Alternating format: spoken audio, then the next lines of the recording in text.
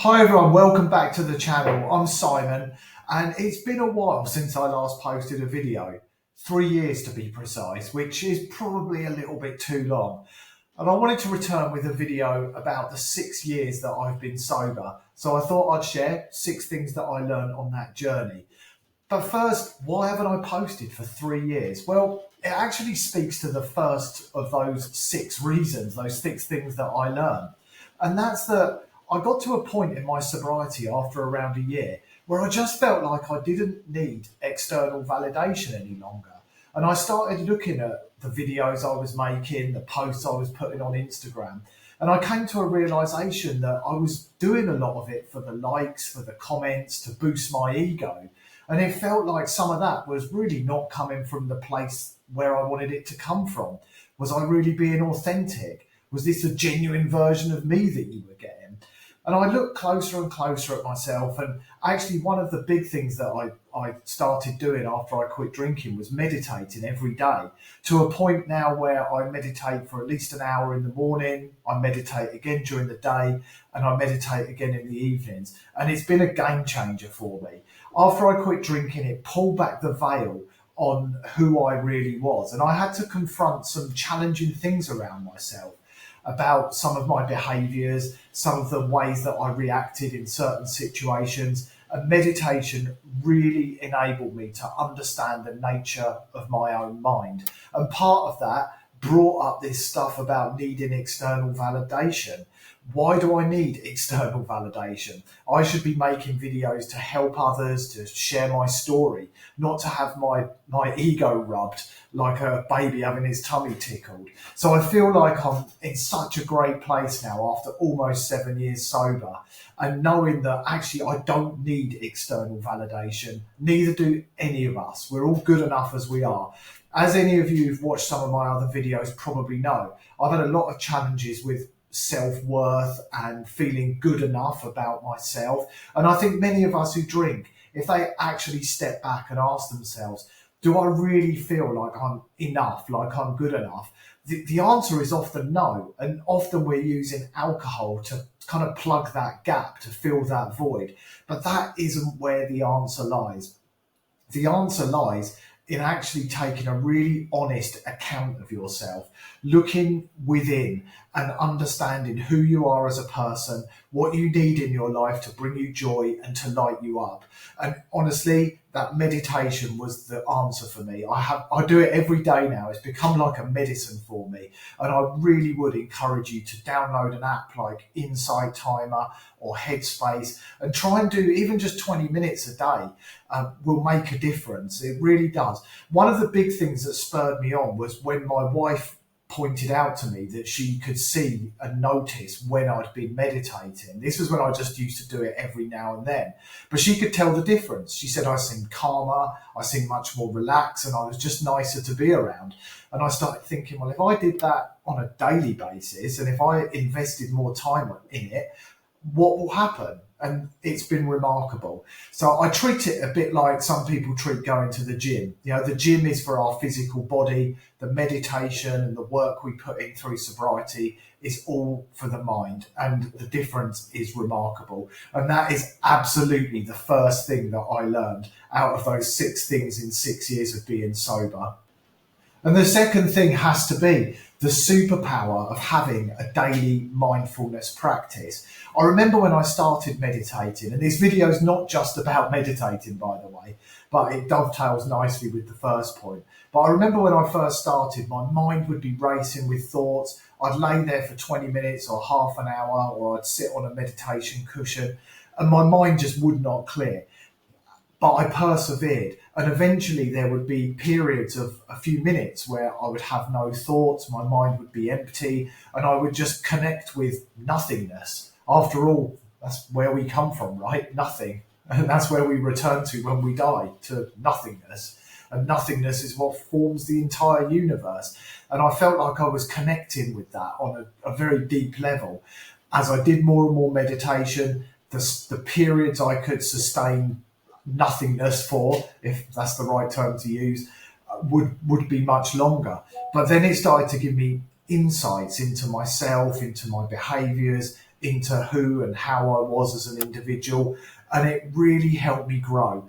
And I think that quitting drinking without having some form of mindfulness practice it can be a real challenge. And I feel now I was at a point when I was drinking and in the year after where my mind controlled me. If I had a thought, I believed it. If I had a thought, I had to act on it, or I had to worry about it for the next few days. Whereas now I feel like and I say I in the higher sense of I feel like I am in control of my mind. If a thought comes up, I can look at it from afar and a distance and make a decision about whether I want to get tangled up in it or not. Do I want to pick that thought up, or shall I just leave it where it is? And that was something that I could never, ever do before. And that has been one of the greatest gifts of meditation. The mind makes an excellent servant and a terrible master. You might have heard that before. And I feel now that I've gained quite a level of mastery over my mind. And my mind is that servant that's there. And it's a wonderful tool to be used when I want to use it, but it's not running the show. And definitely when I was drinking, my mind was running the show. Something stressful would happen at work, and all I would do is spend the whole afternoon thinking, well, I can have a bottle of wine later. That will take this all away. That will make me feel better. Of course, it never made me feel better. It made me feel infinitely worse. And quitting drinking was the best thing I ever did, because it's now enabled me to go on this wonderful journey. Yes, we hate that word, but it is a journey. And get to a point where I feel like I've actually mastered my mind, which when I quit drinking was something that seemed a million miles away. So having a daily mindfulness practice is absolutely one of the hugest gifts and biggest things that I've learned in these 6, almost 7 years of sobriety. The third lesson I learned in 6 years of being alcohol free is that radical self-honesty is one of my best tools. When I was drinking, I don't think I was ever radically honest with myself, and often I just plain wasn't honest whatsoever. Yet after I quit drinking, it took a bit of time, but I started to become far more authentic in terms of who I was and being able to find my voice. All the while I was drinking, I would often just people please. I'd say yes to things when I wanted to say no. I'd say no when I wanted to say yes, because I didn't want to create conflict. I hate conflict. It causes me anxiety. And when I was drinking, my anxiety was at an all-time high. Due to my mindfulness practices and the work that I've put in, and the fact that I haven't got alcohol pulsing through my body, my anxiety's back to the normal levels. It's better than it's ever been. And I'm able to now be authentic with others. Even if that means a difficult conversation, often I'll take a step back from the situation. I'll give thought about how I can say what I want to say in a kind, loving, compassionate way, but I'm able to say it. And it's not just with other people. I'm able to be radically honest with myself. None of us are perfect. None of us ever will be. But I'm able to take an inventory of how I am, where I can potentially improve myself in my life. And that's not to say I beat myself up because I'm not where I want to be. I've had issues with self-worth in the past, as I'm sure some of you who've watched my videos will know. And it can be quite easy to start listening to my mind and letting those negative thoughts kind of run the show a bit. But as I mentioned before, I feel like I'm in control of my mind now. I choose which of those mind objects I want to pick up. And I'm able to actually take a kind of constructive look at myself, my behaviours, my relationships, my work, you name it, and give an assessment to myself of areas where I think maybe I could do better, or I could have handled a situation in a more skillful way. And it's a wonderful gift. And my eyes would never have been open to radical honesty. As I say, I'm sure you've heard me talk about it before, but my eyes would never have been open to it had I not quit drinking. And it's something that I'm very, very grateful for. The fourth lesson I learned in sobriety is that I'm the architect of my own environment.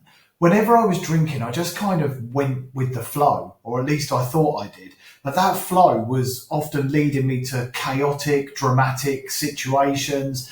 Essentially, I was flowing down a river without even thinking about where I was going until eventually I went over the edge of Niagara Falls and almost ruined my life. So learning that actually I was the one who could shape my environment. I was the one who could decide what I wanted in my life and what I didn't want in my life was truly liberating. All the while I was drinking that, I never even gave it a second thought that I can make choices. I have the power of choice. If I feel that someone's in my life and maybe they're a bit toxic or there's a toxic situation and I need to set a boundary, I can do that. I've got the power of choice. I've got the freedom. Hanging out all day in bars with people who drink or being in relationships that are glued together by alcohol is not going to serve me with this life that I've created for myself. And I need to continually shape my environment so it plays to my strengths and it plays into the things that I enjoy, the things that bring me joy, and the things that get more happiness coming into my life. After all, that's what we all want, right? So knowing that you're the one in charge of creating your own environment and shaping your own environment is an incredibly powerful thing. It seems so simple and so straightforward, but all the while that we're wrapped up in alcohol, we don't even get to a point where we even consider it or think about it. And it's only when you find some headspace after you quit drinking that you realize you can start putting boundaries in place. You can start looking at what it is that brings you joy and doing more of it and shaping your life around it. So that was a really big lesson I learned and something that I hold on to very, very dearly, that I'm the architect of my environment and I will continue to be so. The fifth lesson I learned in over 6 years of sobriety is that boring is a gift. Now, when I used to drink, I can remember vividly thinking that people who were alcohol free were boring. They were boring people. They must have had a really, really boring life because they weren't having the same fun that I was having by drinking alcohol every day. But I was completely and utterly wrong. And what I've realized, I actually think boring might be the wrong word. What I've learned is that by quitting drinking, I've removed a lot of drama and chaos from my life, and it's created space and it's created peace for me. Space where I've been able to explore and understand myself better, space where I've been able to practice mindfulness, to work on becoming radically honest and shaping my own environment. None of which is boring. It's enabled me to open up more joy in my life. And if I'm really honest, I don't think I had much joy in my life when I was drinking. I was suffering from anxiety. I was down. I had mood swings. I wasn't a really nice person to be around. Whereas the boring part it's given me space and it's given me freedom and it's given me the peace I need. And I think when we're drinking, we're afraid of peace. We're afraid of the quiet. We don't like it. We like drama. We like chaos. And it's kind of what keeps us going. And all the while, all these things are going on, which stops us from actually looking within and looking at how we really feel and how we really are. Very often we're afraid of it. We're afraid of what those feelings are going to tell us. And that's why we continue with the behavior. Whereas if we realize that actually looking at those feelings isn't going to hurt us, it's going to heal us, then we can embrace it. So these days, I think someone who's boring would probably be the person who sits in the pub all day, maybe on their own, just drinking and drinking and drinking. And people whose relationships are glued together by alcohol and they don't get much joy out of anything that doesn't involve boozing. And even when they are drinking, they're not getting much joy in their life. So I don't think boring, when people use that term boring, I find it really interesting. I think boring is a gift because it gives you peace and it gives you space in your life. Something that when we're drinking, we're very, very afraid of, but we don't even know it. But embrace it, embrace the space, embrace the peace. But it takes some getting used to.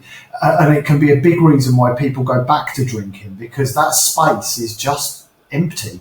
And what are you going to fill it with? What have you filled it with? Tell me, put it in the comments below. The sixth lesson I learned in sobriety is that it's all about progress and not perfection, and realizing that actually you're probably never going to be the perfect finished article. None of us are perfect, and we all continue learning as we go. I learn new things on a daily, weekly basis. There's something new that will come up, a different way of doing something, a new meditation technique. I might notice a particular behavior or a way that I react to something that I feel like needs a bit of work on, or I might get some feedback from somebody around how I am that I think actually, yeah, that's worth me exploring or learning a bit more about. You know, there's too many books in the world for us to read all of them. So it's progress. If you get hung up on trying to be the perfect finished article, you are never ever going to get there. We're all going to continue to progress and be learning right up until the day we die. So having a level of acceptance that this journey is one of progress and not reaching a point of perfection is really important. Now, I say all that, but I've not drunk since I quit. Now, that to me, that's not perfection. That's just who I am now. I'm somebody who doesn't drink. But if in your mind perfection is not drinking, well, okay, go for perfection. But what will happen is when you quit, you will open up all this extra space and peace in your life, which will enable you to start working on those other areas of yourself that you probably haven't even considered. And that's where you start seeing this progress and trying not to get hung up on being perfect.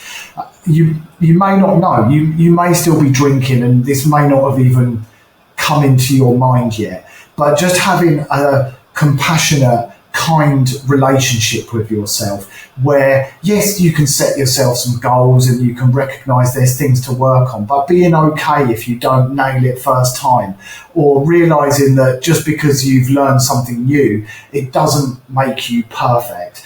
And you don't need to be perfect. It's okay not being absolutely 100% perfect. This really leans into a lot around self-worth and self-value, which I could do a whole nother video on. But I think it's important to just have a level of mindfulness about that. You know, when I quit, I was very much, I want to quit drinking, then I wanted to be a sobriety coach, then I wanted to be the biggest sobriety coach on YouTube and Instagram, and it was one thing after another, and I was constantly beating myself up because I wasn't that person.